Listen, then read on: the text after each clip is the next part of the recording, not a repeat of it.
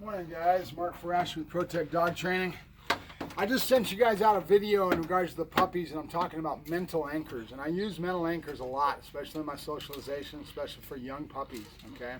And one of the biggest things when you get your puppy, usually around 8 weeks of age, and you bring them home, you've got a young developing mind, right? Just like a child. And you want to get the animal out as much as you can. You hear about it all the time, socialization. So there's two trains of thought. One, you need to worry about diseases that are in the environment, mainly parvo, that's carried from feces to the dog, and keeping them out of doggy parks, places that are giving a large amount of dogs. Excuse that. Let's get this out of the way real quick. So in that respect, excuse me here, one of the things that I do is I believe in making sure that I do as much socialization regardless of that, and I just am aware of, cognizant and aware, that's my little catchphrase again, of environmental. So I don't go out and I don't go to a doggy park. I don't go out where there's a lot of other dogs that may be doing their thing and depositing their dookie around the location. So even when I go to Home Depot, when I've got a young puppy, I want to go to those environments, but I want to make sure I don't let them down where there'd be other dogs going out to go to the bathroom. You know, those little planters that they've got.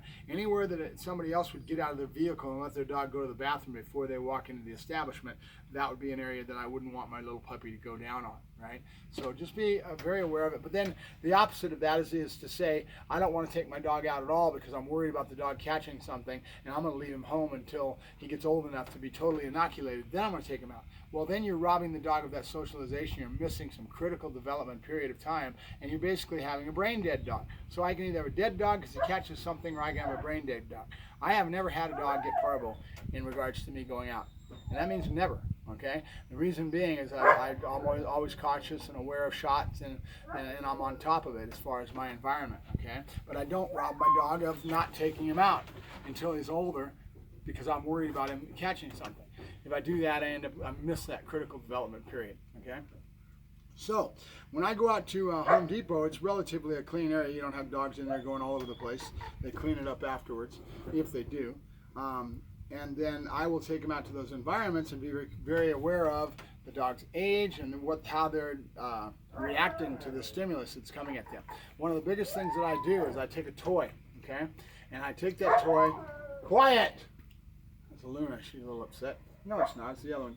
Buddy, quiet! So I will take a toy and I will do it at home, and I will get this dog high on this toy, and I'll make a lot of throwing it, make them very happy, and that becomes their toy, okay?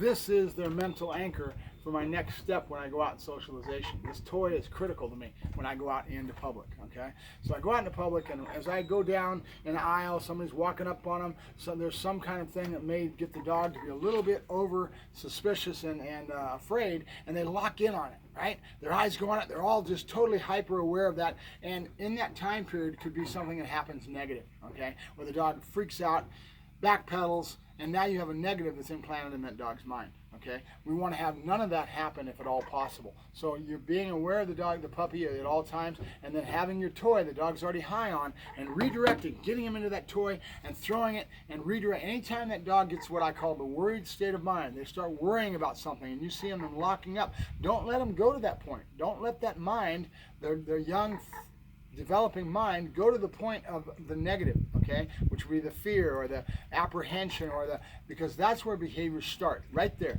Behaviors start from birth, and we're constantly working that behavior. Is that training of heel, sit down, stay? No, it's psychological. We end up wanting to build an athlete. We want a dog that we end up building to a point where he ends up going on the street and doing the best job he can and being very strong. So everything I do with my environmental is to build mental strength and physical strength in that dog to make him think that he's God, that I can handle anything that comes at me, right? So when that dog, that young puppy, starts getting into something else, I take my mental anchor and I redirect it, get him high on this, get him in the drive, chasing that toy, and get away from what may be a negative, right? So I constantly, within my environment, as I flow in my body, I'm watching my dog and I'm redirecting it on that toy. And I'll use dead aisles. You go to Home Depot, there's always somebody in an aisle that nobody's down there. I'll go over and I'll play with the dog and I'll throw it as far as I can down that aisle. Not as far as I can, but a good distance. Let the puppy run after it, and then I run the other way so the puppy wants to chase me, okay?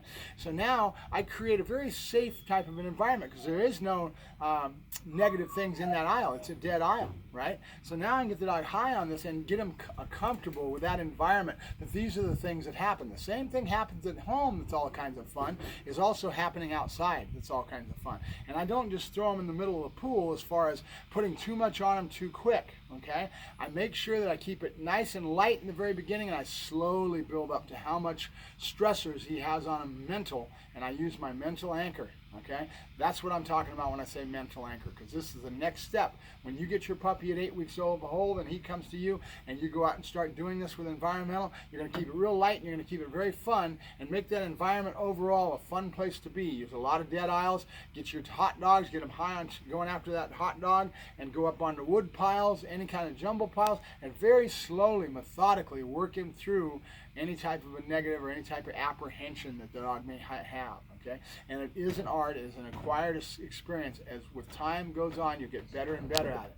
And then we were talking about the other day where you have to be aware of the public and what they're bringing at you. You know, a little child running up on the dog. Those are all things that are very red flags, okay? You need to make sure you don't have anything happen to that dog that it blows the dog mentally out of the water that's going to stay with the dog later on in life, right?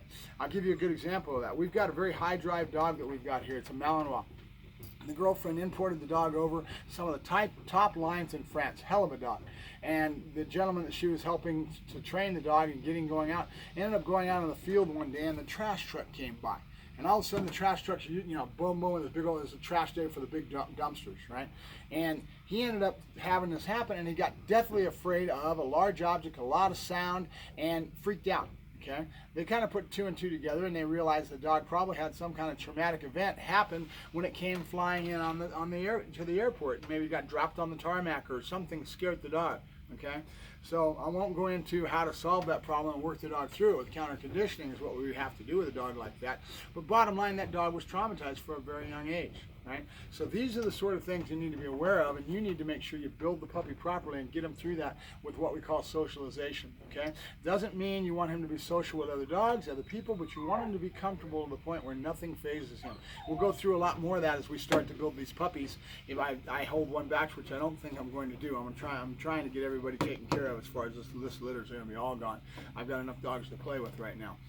So that's pretty much it in a nutshell. We'll go into the subject more when we're talking about mental anchors, okay, and socialization and environmental type of work that you're going to do to build your puppy, get them to feel like they're Superman and they can handle everything around them, right? I'll talk to you later. Mark Ferrasci, ProTech Dog Training, signing off.